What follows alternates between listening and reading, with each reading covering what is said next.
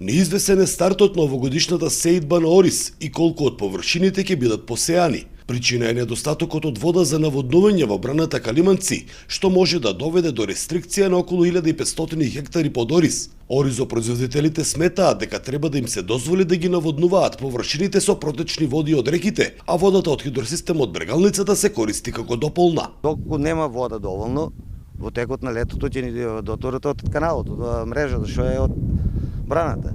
А сега да ги искористиме барем протечни води за раните сорти да ги одсееме.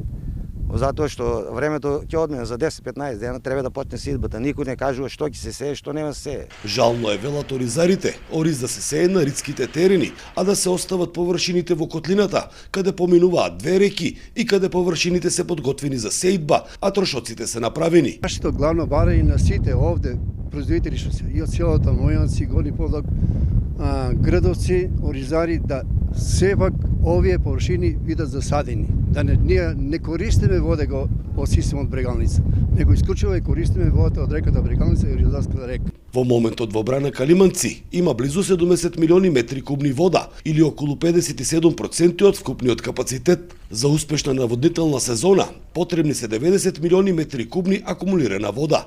Имајќи го предвид дека пред 20 дена по Калиманци беше скоро катастрофа, имаше 40 милиона метри кубни вода и кубик и 700 доток. Значи да се надеваме дека во наредниот временски период имаме дополнителни количини на вода и планот ќе го исполниме 100%. Ако треба да кратиме 1500 хектари, ќе кратиме секаде равномерно. Кои површини и дали ќе останат непосеани, ќе се знае до крајот на месецот, кога и официјално треба да започне наводнителната сезона. За Сител, Трајан Ристовски.